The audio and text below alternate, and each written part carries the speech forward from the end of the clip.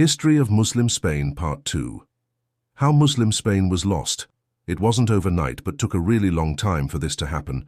Over the centuries, the Christian kingdoms in the north gradually expanded their territory southward in a process known as the Reconquista.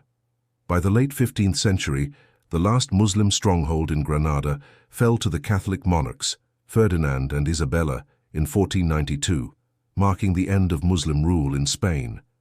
Despite the fall of Muslim rule, the legacy of Al-Andalus continued to influence Spanish culture, art and architecture. Many words in the Spanish language have Arabic origins, and the Moorish influence can be seen in the architecture of southern Spain. Muslim Spain is often cited as an example of a period of relative tolerance and coexistence among different religious and cultural groups. But this ended when Muslims were targeted and killed, and most importantly, history was lost when Isabella ordered the burning of the books in Granada.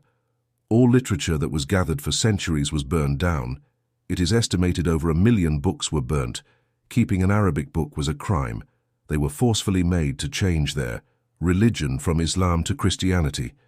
Some did convert, but majority stayed as Muslims, but they were forced to go to the church and do other things, which Islam does not allow, like eat pig.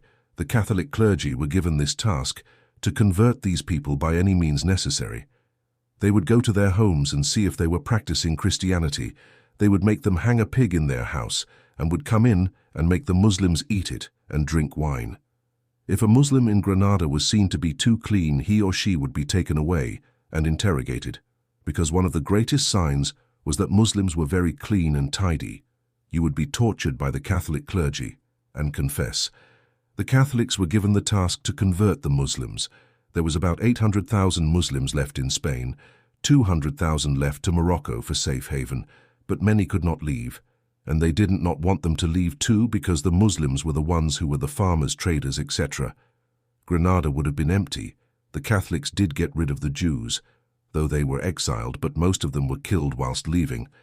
There were many other things they did to get rid of Islam. In the early 17th century, there used to be cases in court about people worshipping like how Muslims do, because each generation passed on the message of Islam to their children. This was one of the greatest genocides in history, to take place after it fell to the Catholics in 1492.